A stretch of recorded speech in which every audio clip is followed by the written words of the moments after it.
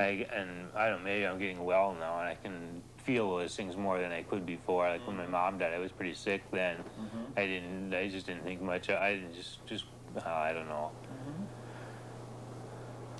No, I think you said something very important because what you're describing is just normal, appropriate grief. Yeah, that's good to hear that. Yeah, you know, you're not getting crazy behind this, Yeah, so to speak. yeah. Well, you know, one thing that's kind of nice. Remember, when I was out in L.A. there, I had to take the medication just to get by with the hallucinations. Now they're actually starting to take the hallucinations away. I'm still on Melbourne. It's really something.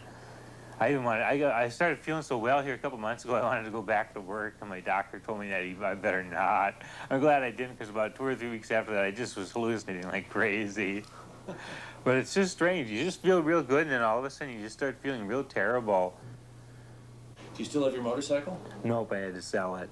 Too much insurance, like 200 and some a year, plus storage fee was $25 or $15 or $20 a month. I just couldn't keep it. You only get 4 or 5 nice days a year anyway. I know.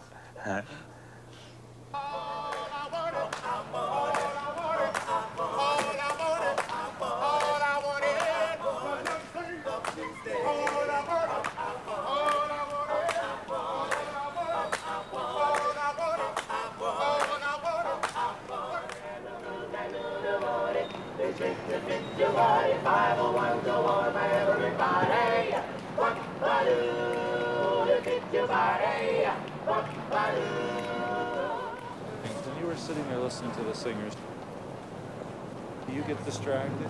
I feel out of place. Huh? I don't know why, but I feel out of place. It feels like everybody's looking at you. You feel that everybody's looking at you? Yeah, that's what it feels like. Were you uncomfortable back then? I used to always be uncomfortable, but now I'm getting over that. And I'm starting to realize that, that fear and stuff of people watching you, so it's starting to leave. Kind of paranoia of fear, sort of like paranoid fear. But now it's going from that stage to the stage when I'm starting to find out that no, I'm not the center of attention. You know, this is the sickness. Do you think everybody's looking at us right now? No, I feel pretty good right now. You feel okay? Yeah. Maybe they are looking at us. I know, just because of my hair. I don't know why they'd want to look at me.